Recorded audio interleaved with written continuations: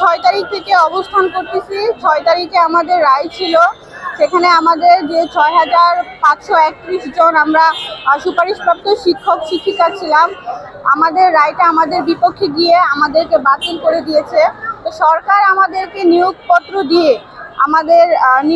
সেই সরকার আমাদের নিয়োগ আবার বাতিল করে কিভাবে?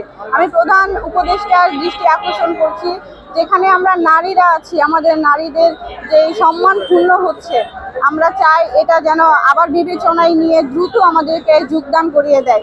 কারণ আমরা অনেক অনেক বেশি সামাজিক এবং মানসিকভাবে খুবই হেয় প্রতিপন্ন হচ্ছি।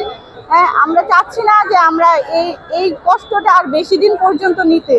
আমরা চাই খুবই দ্রুত আমাদের যোগদান সম্পন্ন করুক, আবার আমাদের পক্ষে রায় আসুক, আমরা আবার যোগদান করি। আরেকটা বিষয় শুনেছি যে অনেকজন বাড়ি থেকে যখন বের হয়েছে তখন পরিবারের সাথে না বলেও কিন্তু চলে আসা। হ্যাঁ, কারণ বাড়ি থেকে আমাদের যখন রেজাল্টটা হইলো 6 তারিখে, শোনার পর আমরা অনেকেই এমন আছি যে বাবা মাকে শোনাতে পারি নাই, আমরা নিজেরাই ট্রমার মধ্যে আছি। সেক্ষেত্রে বাবা মাকে শোনালে ওনাদের বয়স হয়েছে, ওনারা এটা নিতে পারে নাই। এখান নিয়োগপত্র ছাড়া আমরা এখান থেকে যেতে পারবো। আর এখন যে আমরা কষ্ট করে এটুক পর্যন্ত আসলাম, বাবা মাকে কি বলে আসবো, কি নিয়ে যাব? আমরা তো কি নিয়ে যাব বলতে পারতেছি না। তাই আমরা চাই এখানে আসছি কষ্ট করে, আমরা যেন নিয়োগপত্র নিয়ে তারপর বাড়ি ফিরি। আমাদের একটাই দাবি, আমরা এখান থেকে নিয়োগপত্র নিয়ে তারপর বাড়ি ফিরবো। ধন্যবাদ। Thank you.